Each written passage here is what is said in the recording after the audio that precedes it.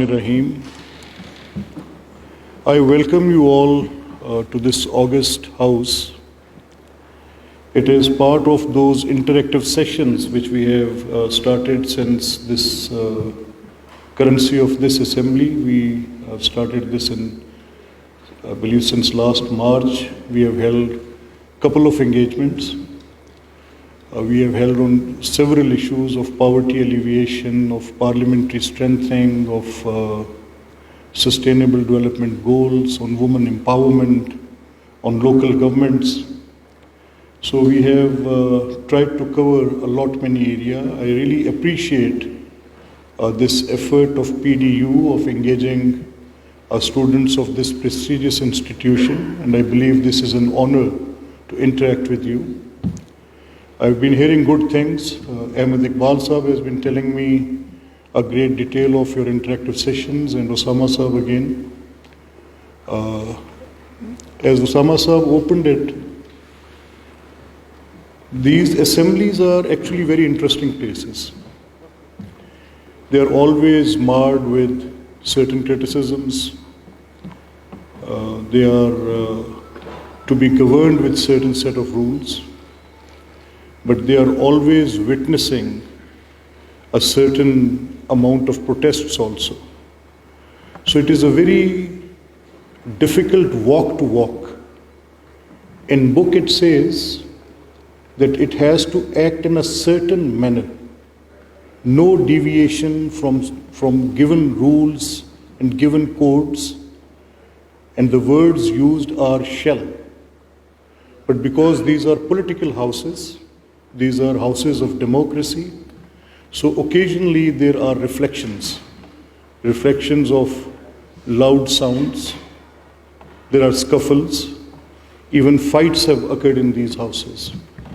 And why I have straight away come to this point, because currently we are going through a situation which will be a lot more relevant if I start from this incident alone and I explain that how things are working here. So you are living through the history today. The role of speaker is to be the custodian of everybody's right, and custodian of the constitution, custodian of rules of procedure, custodian of the proceedings in the house. Every act which happens on the presence of this assembly is the speaker's concern. And then speaker is also a custodian for those parliamentary oversights which are actually holding governments accountable. So here the spectrum gets very broader. Here the government gets answerable to the elected houses, because these are the birthplaces for the executive. So it is an overlapping function, but clearly distinctive. So once we say that there are three organs, one organ is of judiciary, you all know how it works. There is one organ executive, and there is one legislature. So this trichotomy of powers arrangement is almost in every system in which elected mandates are working today.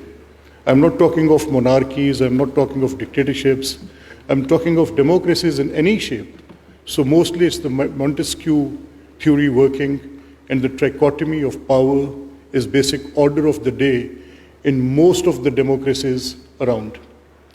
So once we say trichotomy, so it is a very clear arrangement.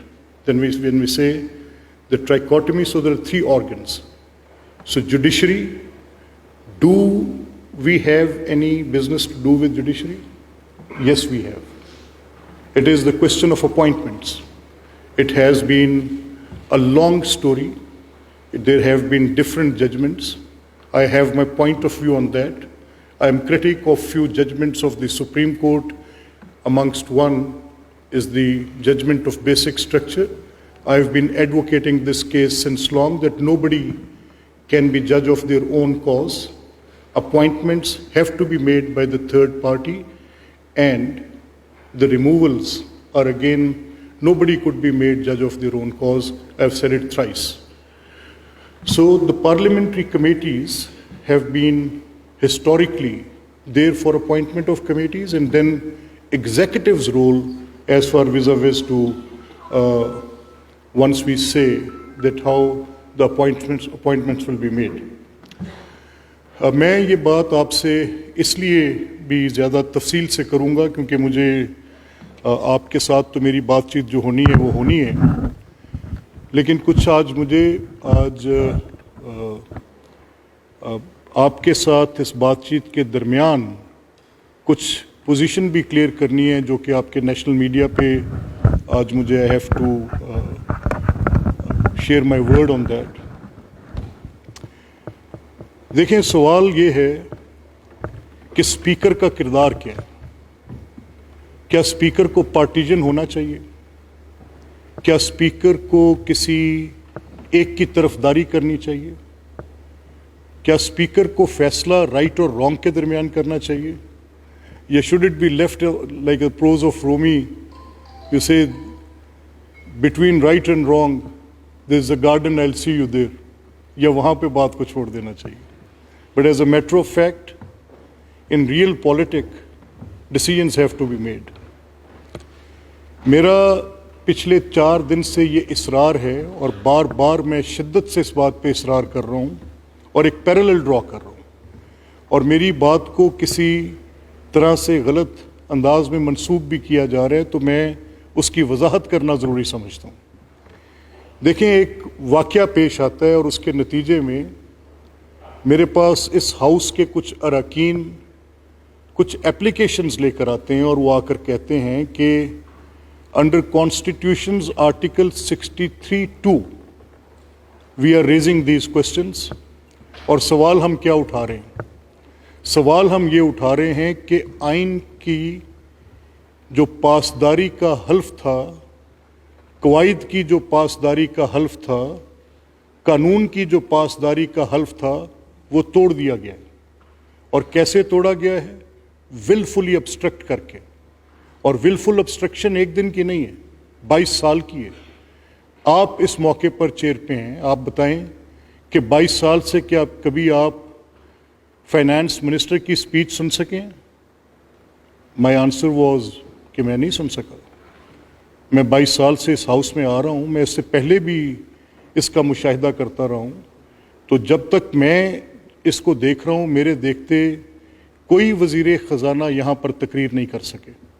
تو کیا اس صوبے کے 12 کروڑ لوگوں کا حق نہیں ہے جو کہ سب سے امپورٹنٹ سیشن ہے بجٹ سیشن، اور بجٹ سیشن کی کارروائی لوگوں تک جائے؟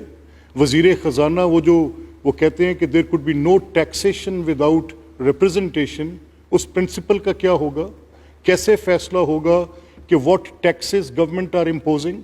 If the Minister for Finance wants to read his budget speech and the party on agenda on the left side is willfully obstructing, may it be my political party or may it be A political party or B political party, کوئی بھی سیاسی جماعت ہو، میرا مشاہدہ ہے کہ 2.5 دہائیوں سے وزیر خزانہ کی تقریر میں نے نہیں سنی. جب بھی وہ تقریر ہوئی ہے it was marred with lots of rowdiness. میرے سامنے ہر تقریر میں وزرائے خزانہ کے اوپر بجٹ کی بھاری بھاری کتب جن کو کچھ کلو گرامز میں وے کیا جا سکتا ہے وہ اٹھا کر ان کو ماری جاتی رہی. میرے سامنے جتھا باندھ کر ٹریجری بینچز کی طرف جہاں پر وزیر خزانہ تقریر کر رہے ہوتے ہیں ان کے اوپر حملہ کرنے کی کوشش کی جاتی رہی.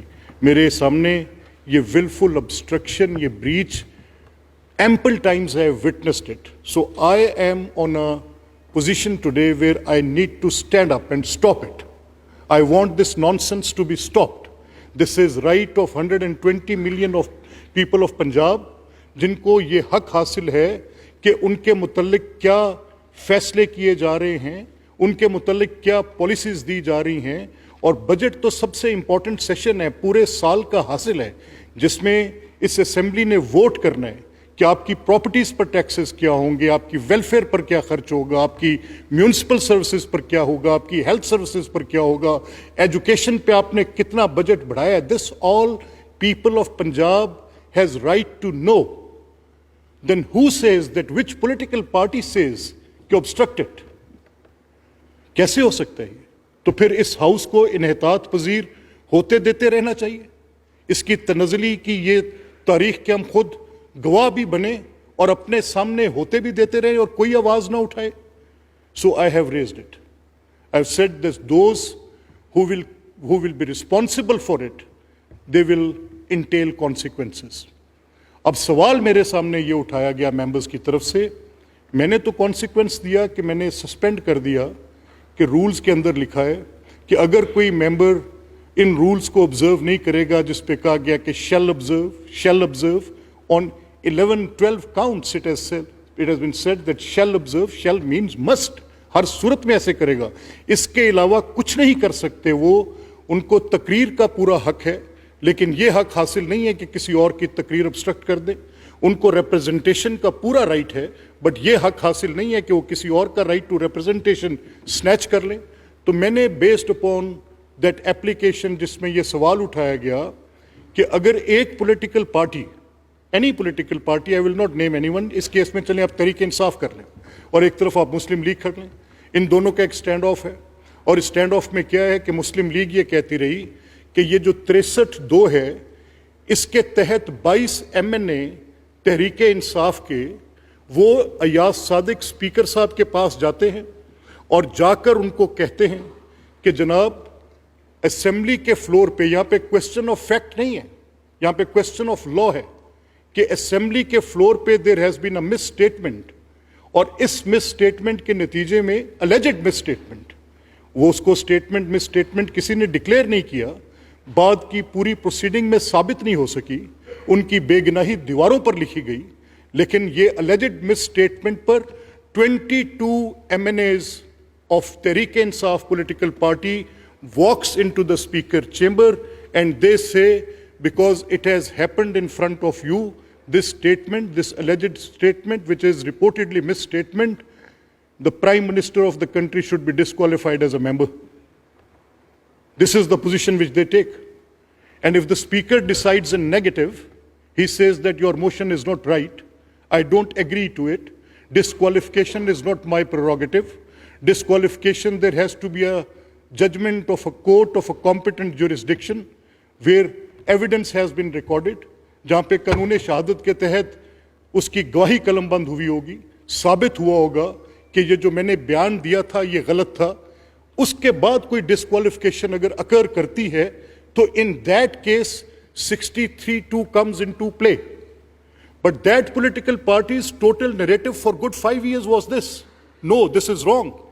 And there was a judgment, एक बदनामे ज़माना जजमेंट. उस जजमेंट को मैं कभी भी राइट जजमेंट नहीं कहता. मैं उस जजमेंट को, I have taken it in a satire. I have taken that judgment as a very bad omen.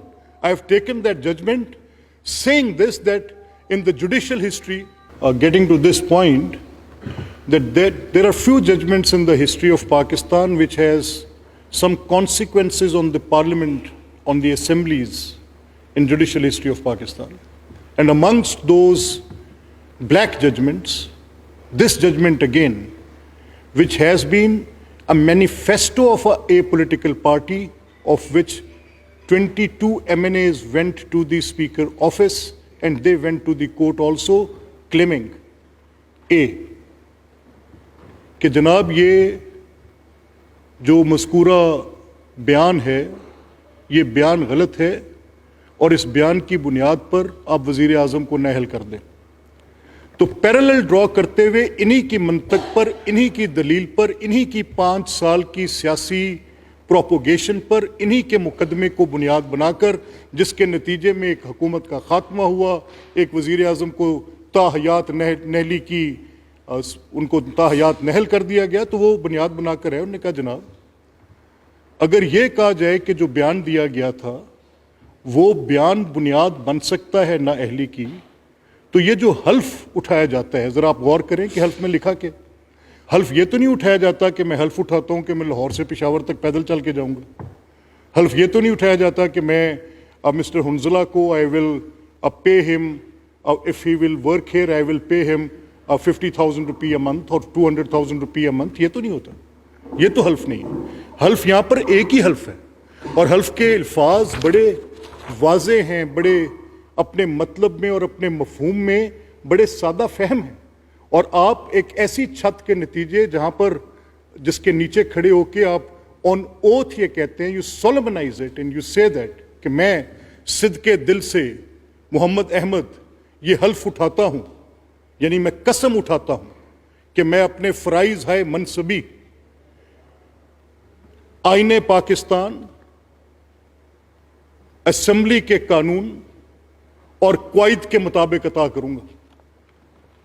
نو اس حلف کے کوئی اور معنی ہیں تو میں ان لوگوں سے جو اس بات پر یہ سوال اٹھا رہے ہیں کہ جناب وہ ایجنڈا اور تھا, وہ کیس اور تھا, اس میں کوئی پراپرٹیز آ گئی تھیں. No sir, that is a question of fact. مجھے اس سے کوئی بحث نہیں ہے. میں as a question of law جو ڈٹرمن کر دیا اور جس کی بنیاد پر آپ نے اپنی پوری سیاست کی عمارت کھڑی کی, میں آپ سے کہہ رہا ہوں کہ this is test of your own salt. I have not made any decision yet. میرے سامنے تو یہ دلائل آئے ہیں, اور یہ دلائل میرے پاس پولیٹیکل پارٹی کے ان ریپس کی طرف آئے ہیں جو انہوں نے اس کیس کو بنیاد بنا کر میرے سامنے رکھے ہیں. اور میں نے کل کی پریس ٹاک میں بھی کہا کہ I yet have to make the decision. میں یہ سوچ رہا ہوں کہ اگر میں نے یہ راستہ کھول دیا جو کہ میرے سامنے یہ واقعہ پیش آیا ہے, جس طرح پاناما کی ججمنٹ میں یہ فیصلہ کیا گیا کہ میاں نواز شریف کو نااہل کر دیں, تو میں الیکٹڈ لوگوں کو اگر گھر بھیجنے لگ پڑا تو میرے میں اور پھر 184(3) میں کیا فرق ہوا؟ میں تو کورس آف کریکشن کریکٹ کرنا چاہتا ہوں. I want to provide a correction to this course in which on the political expediencies, for the political reasonings, for taking away the incumbent governments, they have made decisions. So today, if there is a case in front of me, I think it is a justiciable position. اس پہ فیصلہ انصاف پر مبنی ہونا چاہیے. تو جہاں تک اس چیز کا تعلق ہے کہ اسپیکر کا کنڈکٹ کیا ہوگا, تو جو راؤڈی ہوں گے, جو ولگر ہوں گے, جن کے خلاف خواتین ارکان اس ہاؤس کی ہریسمنٹ کی درخواستیں دیں گی, جن کے خلاف میں اپنی آنکھوں سے دیکھوں گا کہ وہ فحش اشارے کر رہے ہوں گے, جو اسمبلی کے اندر کھڑے ہو کر گالیاں دے رہے ہوں گے, ان کو سسپینڈ کرنا مجھے رولز پرمٹ کرتے ہیں. اس کے لیے مجھے کانسٹیٹیوشن میں جانے کی ضرورت نہیں ہے. And if I am going towards constitution, towards article 63(2), so 63(2) says that once the question has arisen that whether there is a disqualification or no, speaker has to decide this, whether the question has arisen or no question has arisen. یہ exact wording ہے article 63(2) کی, اور میں یہ بات یہاں qualify کرتا جاؤں. I am amongst those who raise their voices against these articles 62 and 63, and I had been vocal since last 2 decades. I think that this is a law which this constitutional provisions یہ ایک عامر کے دور میں ڈالی گئی تھیں, اور 184(2) جو ہے یہ 58(2)(b) کو ایکویٹ کرتی رہی ہے, الیکٹڈ پولیٹیکل گورنمنٹس کو گھر بھیجتی رہی ہے, وزراء اعظم کی گردنیں کاٹتی رہی ہے. میں تو اس کی جڑ سے مخالف ہوں, پر اب میں کیا کروں, جب تک ہے تب تک تو مجھے ایسے ہی ایکٹ کرنا پڑے گا جیسے اس کے اندر لکھا ہے. اور جو میں کل سے پاناما کیس کی ججمنٹ کا حوالہ دے کر بات کر رہا ہوں, میں بار بار کہہ رہا ہوں, there couldn't be a worst time in history of Supreme Court when these judgments were passed. These were very bad judgments. But they were one political party's position for good long 5-6 years. I have got no bias against anyone. اگر میرا کردار کسی نے جانچنا ہے بطور speaker, تو جب میں چیئر پر بیٹھا ہوں تو I am under oath. I have given more time to opposition. I have given them those standing committees which were historically never given to the oppositions. I am witness to it. I was on the left-hand benches. There were no standing committees at all. Half of the assembly was not at work. There were select committees. There was no representation of opposition members in that when we were sitting there. Parvez Saab was speaker, and there were 6 select committees. It's a matter of record. There was no amendment in any bill taken by the opposition members, and was always, they were just like ordered by the speaker for one reason or another. We were not even given the floor for the cut motions. What to talk of democratic norms by anyone? I had witnessed it.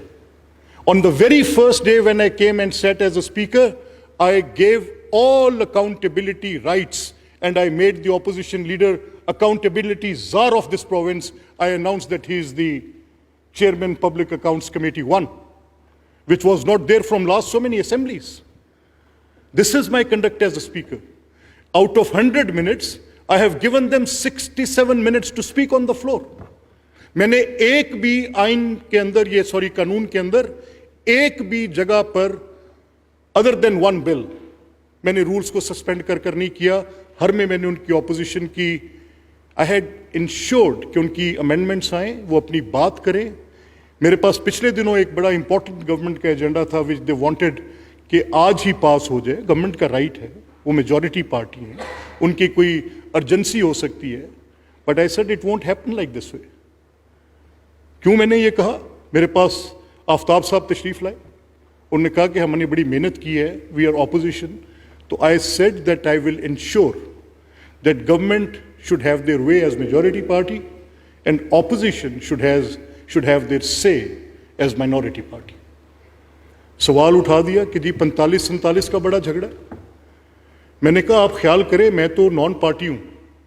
After becoming speaker I don't have right, I lose that right and willfully I have lost that right once I have accepted to be the speaker. So don't please compel me to come out with the straight facts. जब आपने कोई collective opinion बनाना है तो जरूरी है कि वो collective opinion आपका बेस्ड अपॉन इंडिविजुअल कंप्लेंट्स हो. ये एक रीजनेबल टेस्ट है. ये दुनिया की किसी भी फैसला करने वाली बॉडी का रीजनेबल टेस्ट है कि आपके पास एक इंडिविजुअल कंप्लेंट्स का मजमुआ होगा, तब वो मजमुई तौर पर एक बयानिया तश्कील पा जाएगा. Out of 371 there are just 37 complaints, and out of those 37, 12 are against those who are shouting of 45 and 47. Then what to decide and what not to decide? मैंने कहा ये तो हुकूमत का काम है बात करे, मेरा मसला नहीं है. लेकिन I am putting the record straight कि जिस बुनियाद पर आप इस हाउस की पूरी कार्रवाई को सस्पेंड करते हैं, it makes no sense. Taking, let's say, Mr. Saif is sitting here, somebody comes into this house and इनके वालिद साहब का नाम लेकर उनके ऊपर वो कह दें कि जी ये मरियम के पापा चोर हैं. वो दूसरा है वो कहे जी ये टेरियन के पापा चोर हैं. कम ऑन, ऐसा तो अब बच्चों के स्कूल्स के अंदर नहीं होता. How can you allow that? How can you allow this nonsense कि आप एक लोगों की डिग्निटी को वायलेट करें? अगर कोई एक एब्सोल्यूट फंडामेंटल राइट है तो एब्सोल्यूट फंडामेंटल राइट सिर्फ डिग्निटी ऑफ मैन है. मैंने इनसे कहा कि मैंने खुद एक्सपीरियंस किया है, मेरे सामने है.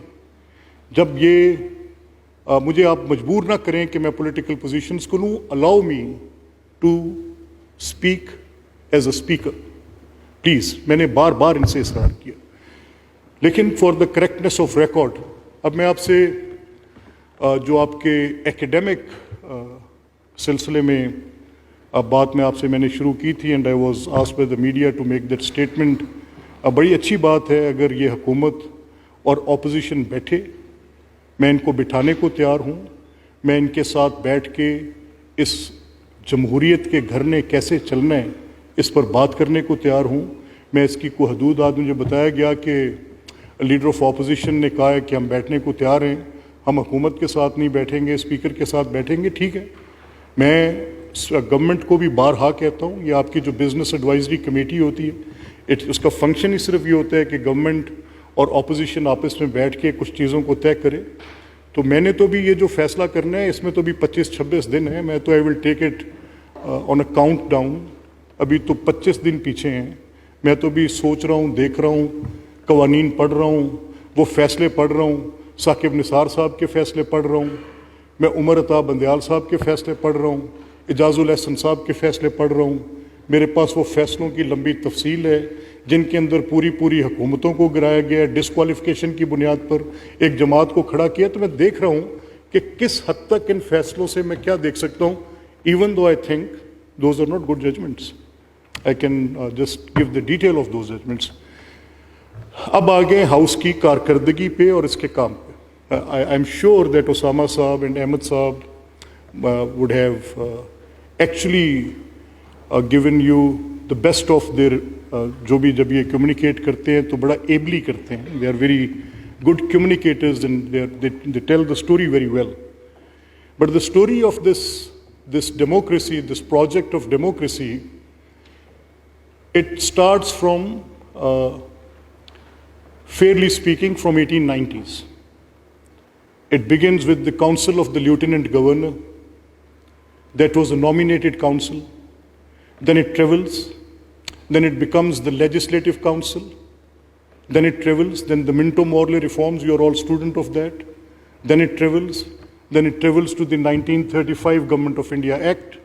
And from a Legislative Council, those Legislative Councils were abolished in 1910, 15, 20. And these shape of assemblies came out.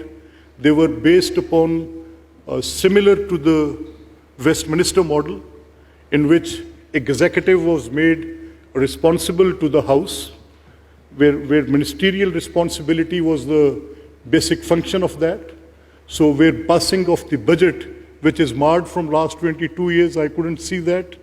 I have seen the ministers not answering rightly as being on opposition benches and as being speaker and as being part of the cabinets. Have seen ministers just making fiery political speeches, not giving the right context of the answerability to the constituents of which representative made a question.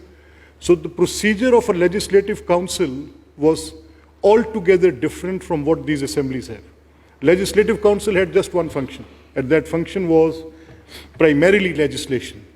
And they had, the Council of the Lieutenant Governor had a capacity of advisory also. And once we became an assembly, so there were new 4 parliamentary tools brought into. A question hour. A question hour means that a member raises a question and minister gives an answer. This is part of his ministerial responsibility towards the House. And the role of the speaker is to receive those questions, to regulate that question hour, to tell the government to give an answer, and allow the member to raise that question. So this is how the government gets answerable, and this is how the speaker navigates that. So it is under a certain rules. It is written in the rules that how the question will be raised. The member shall do certain things in a manner which are binding upon him. There are other tools which is like calling attention notices. There are adjournment motions. There are 0 hour. We have also brought in new rules in which we say the matters of public importance, a member can just raise a point at the end of the session if there is something of a very grave urgency, so he can bring it in. And speaker regulates the whole thing. Speaker allows the time, speaker asks the member to sit down, speaker asks the member to stand up, and this is how the speaker does it. And it is all in the book. Election of the speaker is there. Every single word is mandated. It has to be acted as it is written in the book. But normally while we are doing those things, because as I already said, these are not dead houses, so voices get loud in it. But in normal course of day, loud voices are tolerated. It is considered to be a very acceptable parliamentary practice, but willful obstructions are not parliamentary practices. They are malpractices. Malpractices could not be allowed in any system. If somebody does it with an objective of stopping the lawful proceeding, so it is not allowed. If protest is equated to stop the proceeding of the House, that is not allowed. Protest should be registered. If I am making a speech and somebody says that he is not saying right things, he is not connecting with the reality, or he says that he is not politically correct, or he has some problem in this, Yes, he can stand up and he can say, no, this is not right, and then they can make some noises, then they can thump their desks, they can do certain things which are in the parliamentary norms. But where is it fair to attack the women? Where is it fair to attack the finance ministers? Where it is fair once you start abusing other members? Once you gang up with 5-10 people and start hitting other people. तो कल को तो कोई बंदूक उठा के आएगा, जैसे जॉर्डन की असेंबली में कोई गया और राइफल निकाल के किसी गोली मार देगा. क्या करेंगे फिर? तो इसका जो स्पीकर के फंक्शंस में कुछ ऐसे फंक्शंस भी हैं जो other than these conducts of the houses and conducts of the different executive positions, एक सेक्रेटेरिएट टाइप भी है, फिर जैसे कि एक PDU भी हमने रखा हुआ है, फिर there are committees, so it's a lot of work, so there are different chapters for that, and I hope Osama साहब might have given you the details. तो मेरा सिर्फ ये कहना था कि 3 मिस नॉर्म्स आपने अपने ज़हन से निकालनी. प्राइमरी और फोरमोस्ट ड्यूटी जो है, आपने जो अपनी इस पार्लियामेंट्री ट्रेनिंग से सीखना है, उसमें मेरी आपसे ये बड़ी इंसिस्टेंस पे मैं आपके सामने ये एक पॉइंट ऑफ व्यू रखूँगा. A, political interference and parliamentary oversight, इन 2 चीज़ों के दरमियान आपने फ़र्क निकालना. And where this line has to be drawn.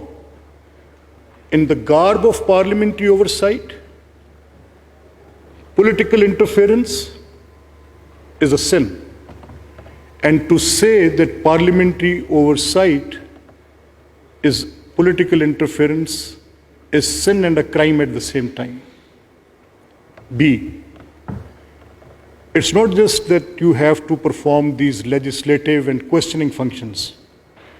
Primary and the foremost duty, सबसे अवलीन और सबसे ज़रूरी जिम्मेदारी फ़राइज़ मनसबी में आपके जो नुमाइंदगान हैं वो उनके अपने कॉन्स्टिट्यूएंट्स के प्रॉब्लम्स को एड्रेस करना. अगर वहाँ पर इंफ्रास्ट्रक्चर नहीं है तो दैट इज़ अ प्रॉब्लम. अगर वहाँ पे स्कूल्स नहीं है दैट इज़ अ प्रॉब्लम. वहाँ पर हेल्थ नहीं है दैट इज़ अ प्रॉब्लम. अगर किसी की वहाँ पे जॉब्स के इश्यूज हैं तो that is a problem. So the elected representative has to resolve those issues of the constituents जहाँ से वो इलेक्ट होते हैं. और thirdly, to uphold the constitution and the law. If you are just there to protest and violate it, then it means that you are wilfully doing it. ये 3 बुनियादी चीज़ें हैं जो किसी भी पार्लियामेंट्री फॉर्म की सबसे इंपॉर्टेंट चीज़ें हैं. I hope I have made some sense to you.